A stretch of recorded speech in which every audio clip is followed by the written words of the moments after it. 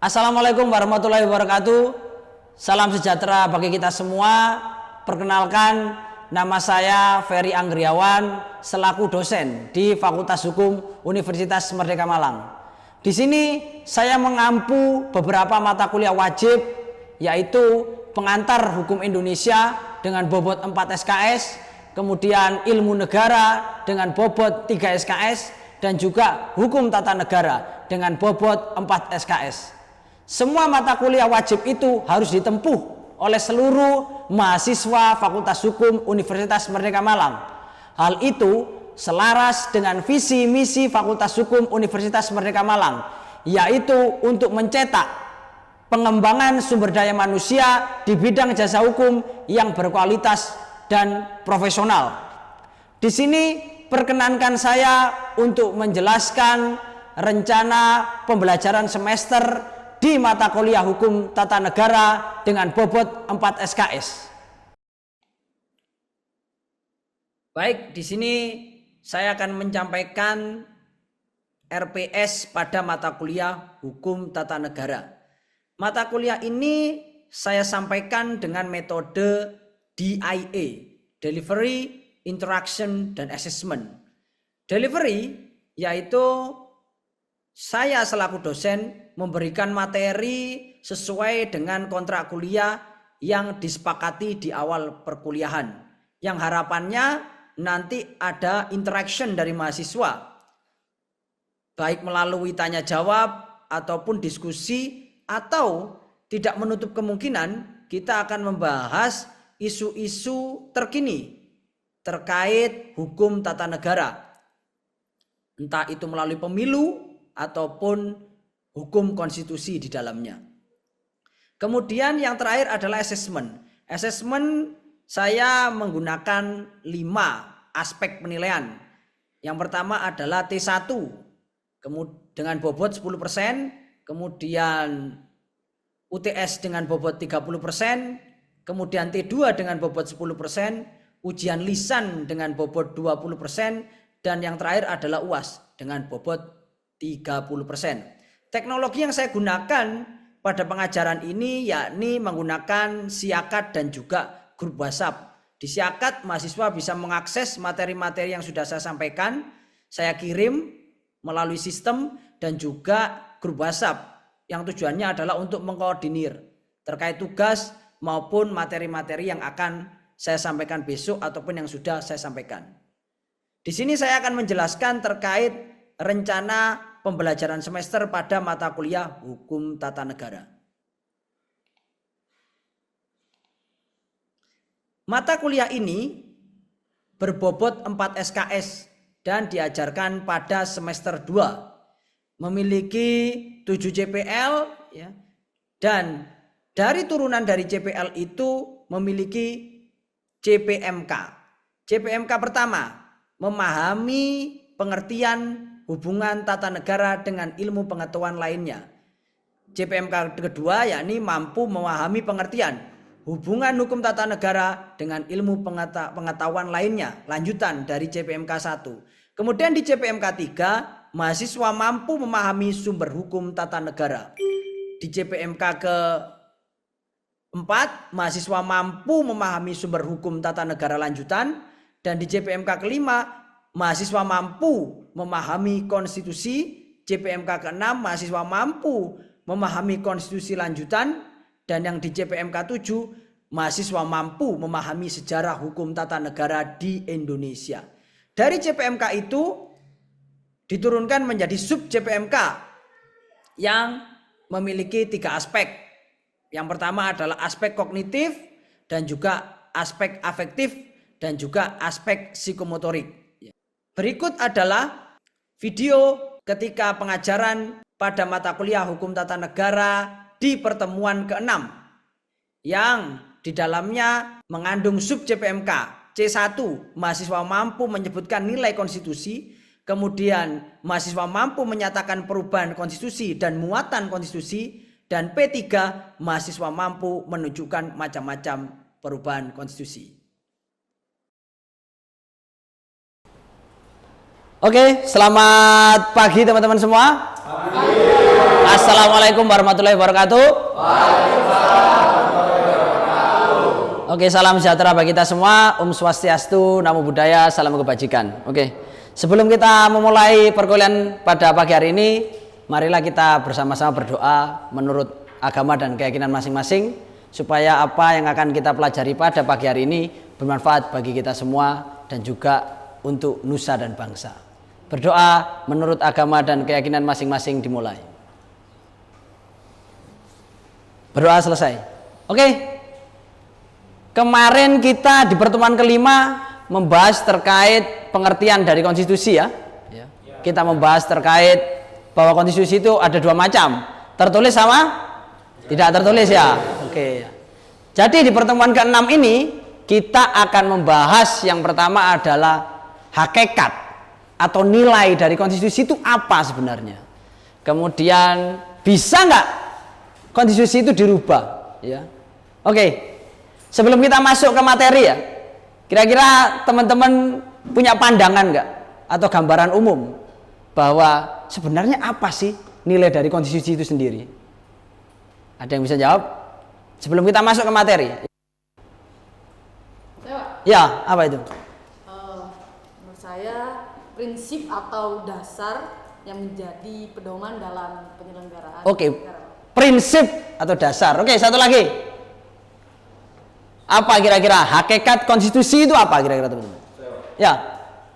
Menurut saya hakikat konstitusi dia merujuk pada esensi dan tujuan fundamental dari suatu konstitusi dalam sistem pemerintahan dan kehidupan berbangsa. Oke, fundamental. Ya. Yang kedua. Nah, ini bisa nggak konstitusi itu diubah teman-teman? Undang-Undang Dasar 45 itu diubah, boleh nggak? Boleh ya. Oke. Kemudian yang terakhir, bagaimana cara mengubahnya? Ya. Saya jadi awak. Yuk. Jadi bicara konstitusi kalau di Indonesia itu ada namanya Bruno. Ya. Atau undang-undang dasar itu sendiri. Ya. Kayak undang-undang dasar yang menjadi konstitusi kita, cara mengubahnya yaitu kita harus berpatok kepada undang-undang dasar, terutama dalam pasal 37. Ya. Bagaimana cara mengubah undang-undang dasar? Paling tidak dalam sidang MPR harus 1/3 anggota MPR yang datang. Dan kemudian dilakukannya secara tertulis ketika ada usulan-usulan. Tetapi Pak, yang tidak bisa dirubah yaitu untuk negara, yaitu Kesatuan Republik Indonesia itu tidak bisa dirubah. Tapi yang lain konstitusi bisa dirubah. Oke. Dalam undang-undang dasar kita. Siap, terima kasih masukannya. Ya. Jadi kita langsung masuk ke yang awal teman-teman ya. Bahwa ketika kita berbicara nilai, itu adalah kita berbicara yang namanya hakikat teman-teman. Hakikat itu apa? Hakikat itu adalah tujuan. Tujuan konstitusi sesuai yang kita sepakati bersama ya, baik dari teori positivisme, teori hukum alam ya, ataupun sociological jurisprudence ya, bahwa konstitusi itu tujuannya yang pertama adalah kepastian hukum, teman-teman. Ya. Keadilan, kepastian hukum dan kegunaan. Ya. Jadi dibuat itu tidak hanya sekedar acara seremonial ya, tapi dibuat supaya dipakai untuk roda pemerintahan. Paham ya teman-teman ya? Oke, kita masuk ke keadilan, kepastian hukum dan kegunaan. Nah, ketika hukum itu sudah mendapatkan kepastiannya ya, dan hukum itu bisa dijalankan sesuai kegunaannya, maka keadilan itu akan tumbuh. Beberapa sejarah menyatakan bahwa konstitusi itu dirubah melalui revolusi. Wah, ya. Kemudian ada yang diubah dengan apalagi amandemen. Ya. Nah, di amandemen ini juga macam-macam ya. Karena bentuk-bentuk negara itu sangat bervariasi. Ya. Ada yang bentuknya negara kesatuan, ada yang bentuknya negara republik, ya, federasi. Ya. Tapi kalau di Indonesia, sesuai dengan amanat Undang-Undang Dasar 45, bahwa konstitusi kita itu hanya bisa diubah dengan mekanisme amandemen Undang-Undang Dasar 45. Pertanyaannya, pernah nggak Undang-Undang Dasar kita itu dirubah semuanya, total? Ya. Kemudian nggak dipakai yang ini, pakai yang ini, pernah nggak? Ya, ada yang tahu? Pernah nggak kira-kira? Undang-Undang Dasar 45 itu nggak dipakai, pakai Undang-Undang Dasar yang lain. Pernah nggak? Nah, jawabannya adalah pernah, teman-teman ya. Nah, bentar ya. Ini ada, jadi perubahan konstitusi itu saya sebutkan tadi di awal, bisa diubah semuanya atau bisa diubah per bagian atau pasal per pasal. Nah, saya masuk ke tadi. Nah, Undang-Undang Dasar kita itu ternyata pernah mengalami perubahan beberapa kali. Walaupun kita 17 Agustus 45 itu menyatakan adanya kemerdekaan, tetapi faktanya ketika tentara sekutu kembali lagi, itu kita tidak bisa mempertahankan Undang-Undang Dasar 45 kita itu. Karena dari pihak sekutu dan pihak Belanda yang datang kembali lagi menyatakan bahwa ini bukan negara kesatuan Republik Indonesia, tetapi ini adalah Republik Indonesia Serikat, yang memaksa konstitusinya harus diubah. Tidak lagi menjadi negara kesatuan. Pada saat itu kita pernah menjadi negara bagian, jadi kita pernah menjadi negara federal gitu, pernah, teman-teman. Nah, kemudian tahun 50 ya, kita langsung masuk ke tahun 50 ya. Itu kita masuk tidak memakai Undang-Undang Dasar 45, kita masuk ke memakai Undang-Undang Dasar Republik Indonesia Serikat ya, dan sampai akhirnya masuk ke Undang-Undang Dasar sementara ya. Nah, di Undang-Undang Dasar sementara ini ya, Presiden Soekarno membentuk yang namanya lembaga konstituante, teman-teman. Apa itu lembaga konstituante? Tujuannya adalah untuk membuat Undang-Undang Dasar yang baru. Tetapi apa faktanya? Ya, faktanya adalah tidak terjadi ya. Jadi tidak ada wujudnya. Karena mungkin karena ada kepentingan politik ya, kepentingan ideologi yang sangat kuat bertarung dan tidak menemukan titik temu. Akhirnya pada endingnya Presiden mengeluarkan dekret Presiden tahun 5 Juli tahun 1959 ya, yang menyatakan bahwa kita kembali lagi ke Undang-Undang Dasar 45. Artinya secara pengertian tadi di awal bahwa konstitusi kita itu pernah diubah secara semuanya, itu pernah ya.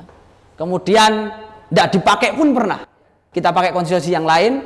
Nah, kemudian di era Orde Baru, konstitusi itu adalah sesuatu hal yang sakral, teman-teman. Tidak boleh ada penafsiran, tidak boleh ada perubahan ya.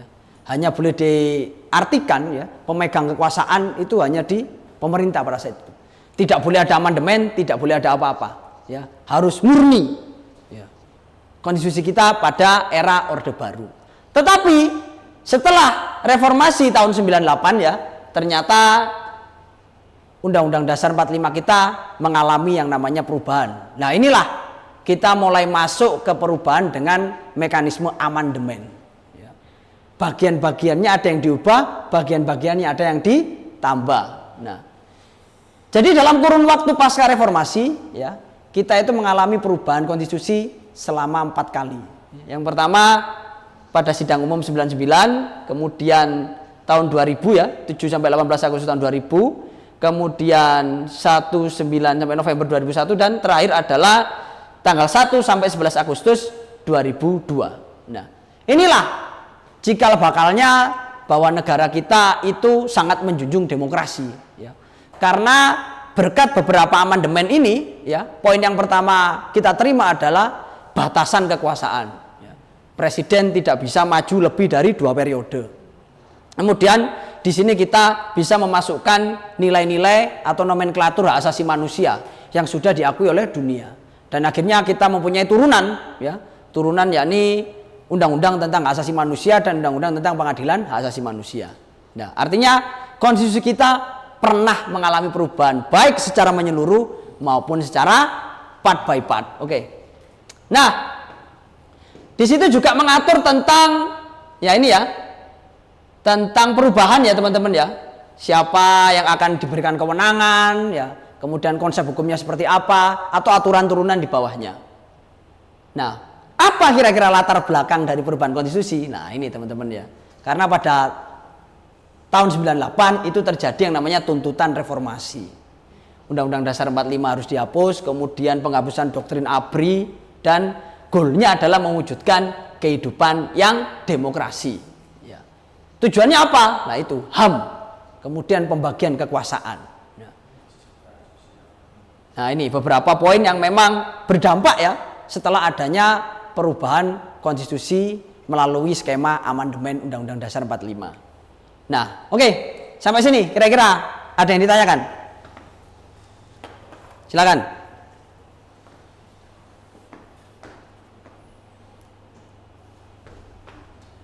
Ya, silakan, Du. Jadi terima kasih, sangat jelas sekali terkait Ya. pemaparan materi dari Bapak terkait konstitusi ya Pak. Ya. Saya ingin tanya Pak terkait implementasi Ya. dari konstitusi itu sendiri. Contoh dari Bapak Ya. terkait HAM, tuntutan reformasi itu salah Ya. satunya kita masukkan terkait undang-undang HAM karena sudah Ya. diakui secara global. Ya. Kan di Malang itu terjadi tragedi kerusuhan Kanjuruhan kayak gitu Pak. Ya. Untuk implementasi undang-undang sendiri kan pasti untuk masalah HAM harus segera diberikan suatu keadilan, itu masuk ke dalam undang-undang Bapak terkait hukum itu harus memberikan rasa keadilan. Oke, siap. Nah, Ya. tapi sampai sekarang ini masih banyak bergejolak di masyarakat, masih belum memenuhi rasa keadilan terkait tragedi Kanjuruhan ini Pak. Ya. Nah, menurut Bapak ini yang salah di bagian mana ya Pak? Oke. Ya. Jadi, kalau kita melihat posisi ya, posisi konstitusi itu adalah pemegang nilai, ya, atau pemegang nilai-nilai yang fundamental, grundnorm, ya, norma dasar, mungkin seperti itu. Ya, kalau norma dasarnya tadi menyebutkan seperti ini, ya, tujuannya,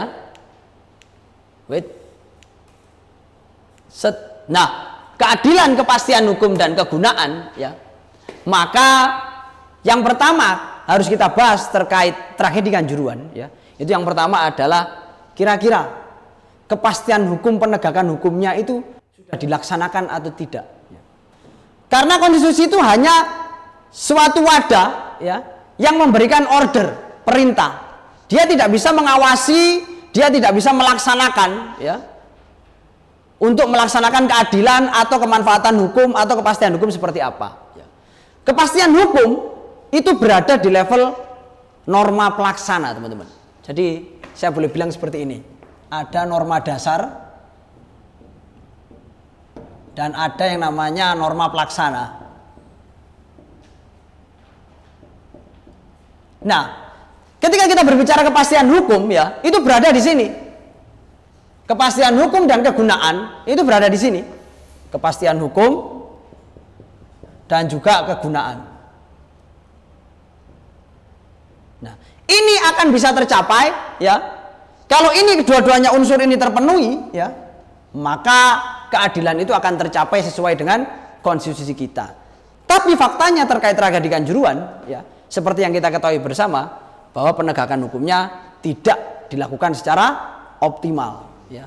Bahkan untuk tingkat banding pun tidak dilaksanakan, ya, ketika hukumannya sudah selesai dan akhirnya ditutup dengan begitu saja. Artinya kalau konstitusi kita lihat dari sudut pandang kasus tragedi Kanjuruhan, konstitusi kita belum bisa menemukan titik keadilan dalam kasus ini. Oke, terima kasih. Siapa tadi namanya? Fernando, ya. Oke, siap, terima kasih. Oke, yang tanya lagi silakan. Terima kasih Pak. Ya. Saya akan menanyakan terkait Pancasila kita. Pancasila, oke. Pancasila kita itu berada di posisi mana di dalam konstitusi kita? Oke, ya. Terima kasih. Siapa tadi? Hizkia, ya? Ya. His, jadi gini, Pancasila itu kan secara sejarah, ya, itu kan memang dibentuk sebelum kita membuat yang namanya konstitusi, ya. Setuju ya semuanya, ya? Setuju. Ya. Jadi kita bikin Pancasila dulu, ya. Diungkapkan dalam BPUPKI, kemudian dia dicantumkan dalam Piagam Jakarta, kemudian direduksi lagi masuk ke dalam Undang-Undang Dasar 45. Historikalnya kan seperti itu. Nah, artinya Pancasila, ya, secara tekstual itu adalah bagian dari pembukaan Undang-Undang Dasar 45. Tapi sesuai dengan pendapat saya yang saya tulis dalam jurnal, ya, yang berjudul Reformasi Ideologi Badan Pembentukan Ideologi Pancasila, ya, itu saya punya konsep seperti ini, bahwa Pancasila itu mempunyai fungsi ganda. Yang pertama, dia masuk dalam Pembentukan Dasar 45 sebagai norm, tetapi sebenarnya dia juga berada di posisi fundamental of norm, ya, norma yang fundamental. Jadi secara konsep saya boleh bilang seperti ini, ya, ini adalah fundamental, ya. Kemudian di bawahnya adalah grun, ya. Kemudian yang bawahnya adalah norma pelaksana. Nah, Pancasila itu mempunyai fungsi ganda. Yang pertama, dia sebagai fundamental of norm. Yang kedua adalah secara hukum tertulis, ya, karena dia dimaktubkan dalam Undang-Undang Dasar 45, maka dia masuk dalam Grundnorm. Ya. Begitulah kedudukan Pancasila dalam konstitusi kita. Oke, gimana? Sudah puas? Oke, kita lanjut ke pertanyaan selanjutnya. Ya, gimana? Perkenalkan, sebelumnya nama saya Nyata, Ya. NIM 31. Oke. Pertanyaan saya ini Pak, bagaimana cara kita dapat memastikan bahwa perubahan konstitusi tidak hanya mencerminkan kepentingan politik sesaat, Ya. tetapi juga nilai-nilai dan prinsip-prinsip yang berkelanjutan Pak? Ya. Oke, terima kasih. Pertanyaannya nyata, ya. Jadi sesuai dengan teori kita, ya, yang saya ajarkan tadi, bahwa yang harus dipenuhi awal, ya, terkait perubahan konstitusi, ya, itu adalah kalau kita sebagai orang hukum, ya, kita harus pertama menemukan identifikasi masalahnya, ya. Ya. Identifikasi masalahnya di mana, ya. Identifikasinya masalah di sini, ya. Kemudian butuh yang namanya perubahan secara total, ya, atau secara berjenjang. Maka ketika itu terjadi, ya, maka solusinya adalah harus mengubah konstitusi. Contohnya, saya ambil contoh, ya, terkait kasus di era 98 lah, ya. Kita banyak mendengar yang namanya penculikan dan lain-lain. Indonesia itu tidak mengadopsi hak asasi manusia. Nah, ketika kita mau berbicara HAM, ya, tetapi kita tidak punya, ya, fondasi HAM dalam posisi ground of norm kita, maka kita akan kesulitan untuk menegakkan norma pelaksananya. Undang-undang HAM, pengadilan HAM itu terwujud apabila ada nilai-nilai HAM atau nomenklatur HAM yang berlaku secara universal dimasukkan dalam Undang-Undang Dasar 45. Ketika itu belum dimasukkan dalam Undang-Undang Dasar 45, kita akan kesulitan melaksanakan penegakan pelanggaran hak asasi manusia. Ya. Tapi langkah awal yang dilakukan, identifikasi masalahnya adalah banyak masyarakat yang merasa hak asasi manusianya, ya, direbut oleh negara atau bahkan dia menjadi korban pelanggaran HAM berat. Solusinya apa? Ya, solusinya harus memasukkan nilai-nilai itu pada ground norm dulu. Baru setelah ground norm itu kita bisa berbicara tentang undang-undang hak asasi manusia dan mekanisme formal pengadilannya di pengadilan hak asasi manusia. Ya. Jadi identifikasi masalah. Kira-kira permasalahan ini sudah masuk nggak dalam ground norm kita? Ya. Kalau belum masuk, nah berarti ya harus dimasukkan dulu di sini. Melalui apa? Amandemen Undang-Undang Dasar 45. Ya. Oke? Ada yang tanyakan lagi? Saya Pak. Oke. Pak, yang sudah dijelaskan Pak Ferry tadi, Ya. bahwa konstitusi itu adalah dasar baik tertulis maupun tidak tertulis yang mengatur pemerintahan suatu negara. Ya. Apakah Undang-Undang Dasar 1945 saat ini yang Ya. berlaku sudah memenuhi standar mengatur pemerintahan itu lebih baik atau bagaimana? Apakah perlu dirubah Undang-Undang Dasar 1945 saat ini, Pak? Oke. Terima kasih. Ya. Terima kasih. Pertanyaan yang bagus, ya, dari Tony, ya. Apakah Undang-Undang Dasar 45 sekarang ini sudah memenuhi, ya, terkait pembagian kekuasaan, batasan kekuasaan, ya? Kalau menurut saya, Tony, ya, saat ini sudah memenuhi, ya. Karena dari era Orde Lama, Orde Baru, dan pasca reformasi itu ada perubahan yang sangat signifikan, ya. Terjadi yang namanya pembatasan kekuasaan. Nah, dan pembatasan kekuasaan itu dicantumkan dalam Undang-Undang Dasar 45. Artinya, kalau sudah dicantumkan dalam Undang-Undang Dasar 45, norma pelaksananya harus mengikuti apa yang ada diatur di atasnya, sesuai dengan teori jenjang norma. Menurut saya sudah, ya. Tinggal kita berbicara terkait norma pelaksana ini, apakah sudah mendapatkan kepastian hukum atau sudah mendapatkan efektivitas hukum, ya, atau sudah mendapatkan kegunaan dalam hukum itu sendiri. Kalau tiga-tiganya unsur itu terpenuhi, saya yakin ya, kita akan berbicara tentang keadilan someday. Ya. Oke, mungkin ini akan saya tutup ya kuliah pada pagi hari ini.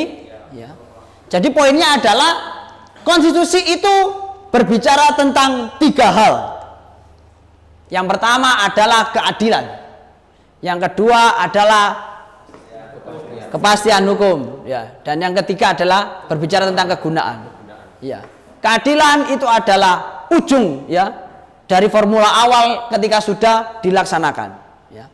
Kemudian konstitusi bisa dirubah, bisa Pak ya, bisa diubah secara menyeluruh atau diubah secara amandemen. Ya. Ya harapan kita apapun yang terjadi ke depan ya, konstitusi kita itu mau diubah atau mau tidak, harapannya adalah harap dilakukan dengan mekanisme hukum ya, sesuai dengan undang-undang yang diatur. Oke, demikian kuliah pada pagi hari ini ya. Semoga ilmu yang kita pelajari bermanfaat bagi kita semua. Kurang lebihnya saya mohon maaf. Apabila ada kata-kata yang kurang berkenan di hati teman-teman saya juga mohon maaf. Wabillahi taufiq wal hidayah. Wassalamualaikum warahmatullahi wabarakatuh.